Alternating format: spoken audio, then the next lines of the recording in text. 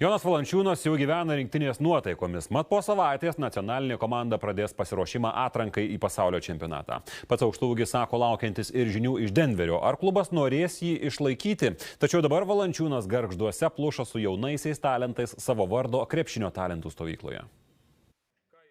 Aš suprantu, 4 dienos nebus, čia nenuversim kalnų, bet vieną kitą detalę įsidėsit, tikrai bus geriau.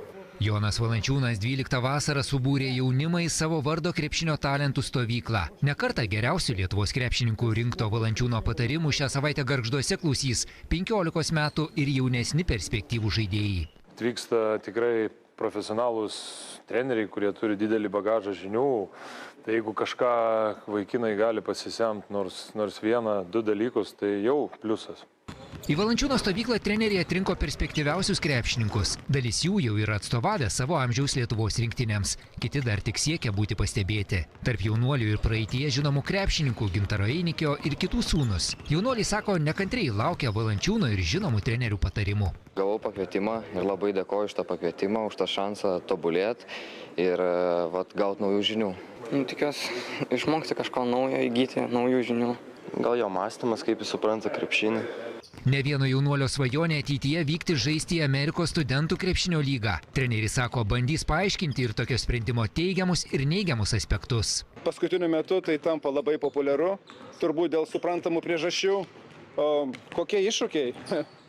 Kadangi pačiam yra tekę patirti kažką panašaus prieš daug metų, tai būna sunkių momentų, būna homesick, bet dabar technologijos leidžia bendrauti su namiškiais, su draugais. Pats Valančiūnas jau kitą savaitę pradės sportuoti su stipriai pasikeitusią Lietuvos rinktinę. Nacionalinėje komandoje pirmą kartą žais Matas Buzelis ir Kasparas Jakučionis. Valančiūnas neslepia, komanda privalo gerai pasiruošti pasaulio čempionato atrankai. Pats žada asmeniškai padėti NBA lietuviams perprasti FIBA taisykles.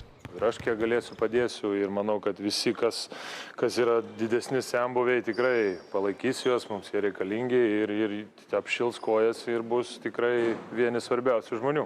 Valančiūnas laukia ir žinių iš Denverio Nuggets, ar klubas dar sies ateitį su Uteniškiu. Esą viskas turėtų paaiškėti per artimiausias 2 savaites.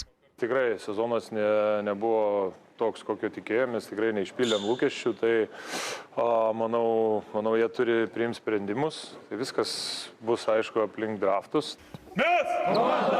Kauno Žalgiris ir dar keli Eurolygos grandai laukia, kaip išsispręs Valančiūno klausimas anapus Atlanto.